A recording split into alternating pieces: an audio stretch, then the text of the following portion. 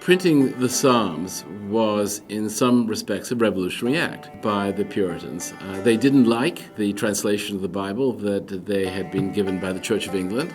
They were nonconformists. The Psalms also were terribly important in the religious services of the Puritans. They believed very strongly in singing the Psalms so that God could hear the words they were singing. It is the first book printed in America. It's the first book written in America. It's one of the rarest books in the world, and from the point of view of our world here in America, it is the beginning of our Western civilization.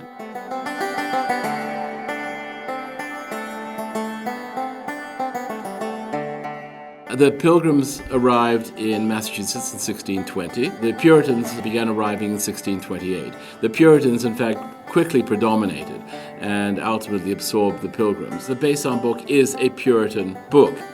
The Puritans were really an extraordinary group of people. They were deeply religious. They also believed very strongly in education, partly because that was the way you understood the Bible.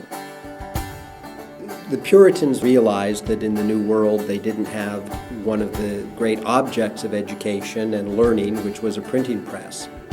There was great excitement in Boston when there was news that a press was coming. They really saw this as a key to their mission, and their mission was living a godly life and setting an example for other people. The whole book of Psalms was printed in 1,700 copies. It's a large run of copies, enough for most of the families in the Massachusetts Bay Colony. It would have been very important because they would have had to take it to church. They would have used it at home. It was a utilitarian book. It was really a hymn book. It was meant to be used, and so it didn't have to be beautiful. It simply had to be legible.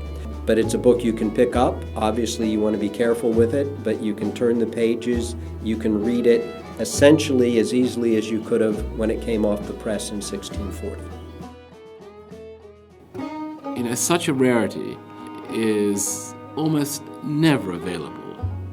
They are all in institutional ownership. In the great libraries of America, it's far rarer than a Gutenberg Bible. There are 48 Gutenberg Bibles, only 11 Besom books. As someone who's spent his life working with books and studying books and promoting books, it sounds like a cliche, but it's really a dream come true to have a chance to handle and to catalog and research and write about the Besom book. It's wonderful that it's being sold to advance the missions of the church.